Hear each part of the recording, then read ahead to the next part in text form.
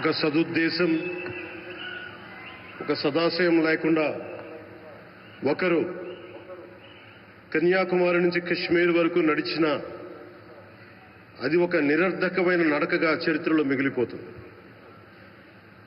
కానీ ఒక సదాశయంతో, ఒక సత్సంకల్పంతో ఇంకొకరు కన్యాకుమారి నుంచి కశ్మీర్ వరకు ప్రజలందరితో మమేకమై వారందరినీ ఏకతాటిపైన నడిపిస్తే అది ఆత్మనిర్భర భారత్ అవుతుంది.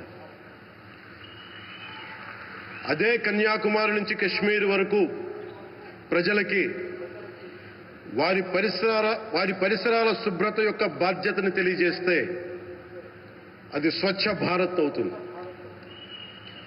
అదే కన్యాకుమారి నుంచి కశ్మీర్ వరకు ప్రజల గుండెల్లో దేశభక్తి, ధైర్య సాహసాలతో నింపితే అది పటిష్టమైన, బలిష్టమైన భారతం అవుతుంది. అది ఒక రోజున అఖండ భారతం అయి తీరుతుంది.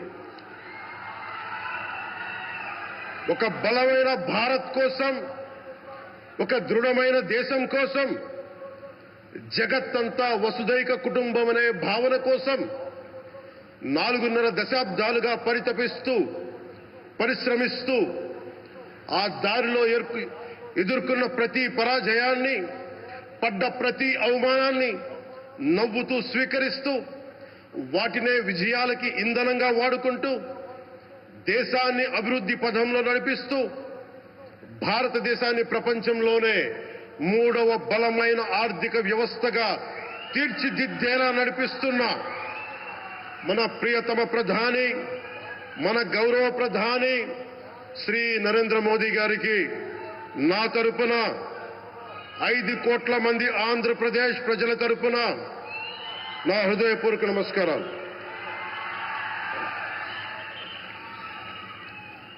విద్యార్థి నాయకుడిగా రాజకీయాల్లో ప్రవేశించి రెవెన్యూ మంత్రిగా, ఆర్థిక మంత్రిగా మొదలై తెలుగుదేశంకి రథసారథి అయి 4వసారి ముఖ్యమంత్రి అయి తెలుగు ప్రజల్ని అభివృద్ధి పదంలో నడిపిస్తున్న దార్శనికులు, రాజకీయ ఉద్దండులు గౌరవ ముఖ్యమంత్రి శ్రీ నారా చంద్రబాబు నాయుడు గారికి నా హృదయపూర్వక నమస్కారం. తోటి మంత్రివర్గ సహచరులైన ప్రతి ఒక్కరికి, నారా లోకేష్ గారికి, ఎన్డీఏ కూటమి శాసనసభ్యులకి, నాయకులకి,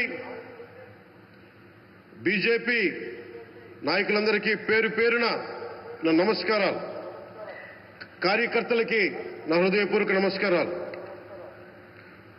బీజేపీ నాయకురాలు శ్రీమతి పురంధేశ్వరి గారికి నా హృదయపూర్వక నమస్కారాలు. మా ఎన్డీఏ కూటమికి 164 అసెంబ్లీ స్థానాలు, 21 మంది పార్లమెంట్ సభ్యులనిచ్చి మమ్మల్ని వారి విలువైన ఓటుతో వేసి గెలిచిన ప్రతి ఒక్కరికి ఆడపడుచులకి, అక్క చెల్లెళ్ళకి, పెద్దలకి, పిన్నలకి, యువతులకి, యువకులకి పేరు పేరున నా హృదయపూర్వక నమస్కారాలు.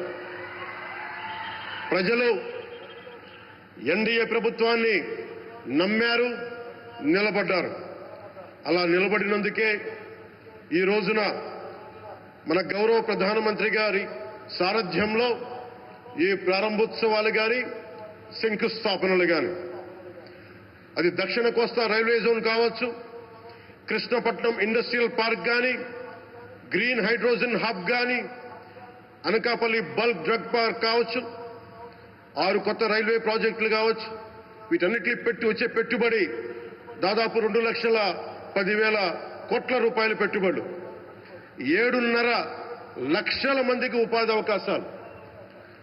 అవినీతితో కూరుకుపోయి ఉపాధి అవకాశాలు లేక, ఉద్యోగ అవకాశాలు లేక విలవిల్లాడుతున్న సమయంలో మీరు నిలబడ్డారు. అందుకే ఈ రోజున ఈ 2 లక్షల పైచిలకు పెట్టుబడితో 7.5 లక్షల ఉపాధి అవకాశాలు లభించి మనందరికీ ఇచ్చినందుకు మనస్ఫూర్తిగా ప్రధానమంత్రి శ్రీ నరేంద్ర మోదీ గారికి చేతులెత్తి నమస్కరిస్తున్నాం.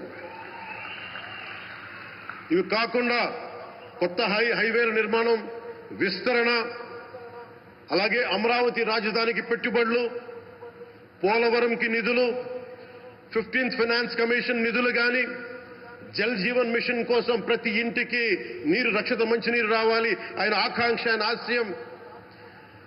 మనకు గంట కాదు 24 గంటలు రావాలని పడ్డ తపన ప్రధానమంత్రి గారిది.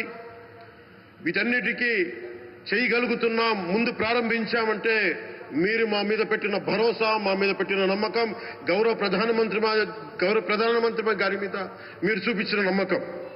ఈ రోజున అది 2 లక్షల పైచులకు పెట్టుబడులుగా ఇక్కడికి వచ్చింది. ఎక్కడో మన మారుమూల గ్రామాల్లో 70 సంవత్సరాల పాలనలో గ్రామాలకి రోడ్డు లేదు.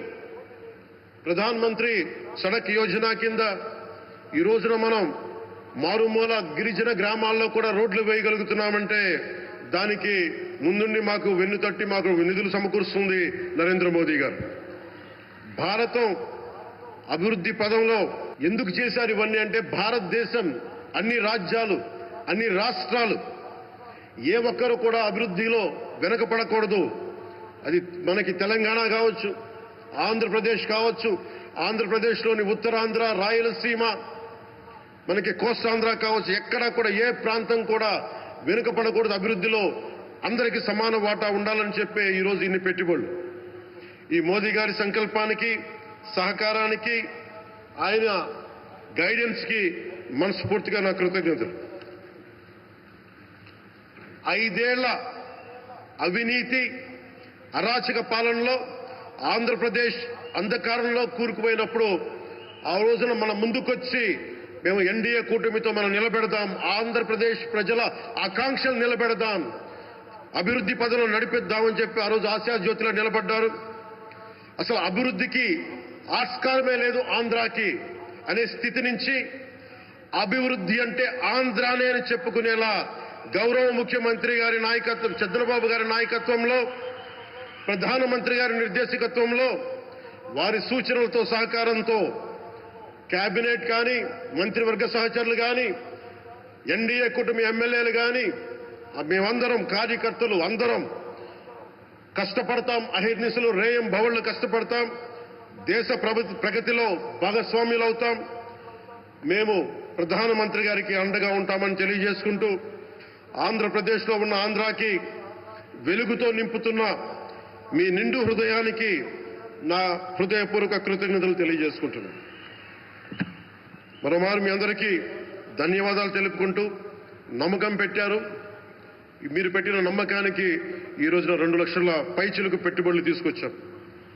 ప్రధానమంత్రి గారు ఉండటం వల్ల, సమర్థవంతులైన చంద్రబాబు గారు ఉండటం వల్ల మేమందరం నేర్చుకోవడానికి, పనిచేయడానికి సంసిద్ధంగా ఉన్నాం. సో మీరందరూ ఇదే సహకారం ఇవ్వాలని మనస్ఫూర్తిగా కోరుకుంటూ, ఆ భగవంతుడు, ఆ లక్ష్మీ నరసింహుడు ఈ దేశాన్ని మరింత ప్రగతి పదంలో నడిపించేలా గౌరవ ప్రధానమంత్రి శ్రీ నరేంద్ర మోదీ గారికి దీర్ఘాయుష్ ఇవ్వాలి, ఆరోగ్యం ఇవ్వాలని మనస్ఫూర్తిగా కోరుకుంటూ, ఆ లక్ష్మీ నరసింహుడిని వేడుకుంటూ సెలవు తీసుకున్నాను. జై భారత్, జై హింద్.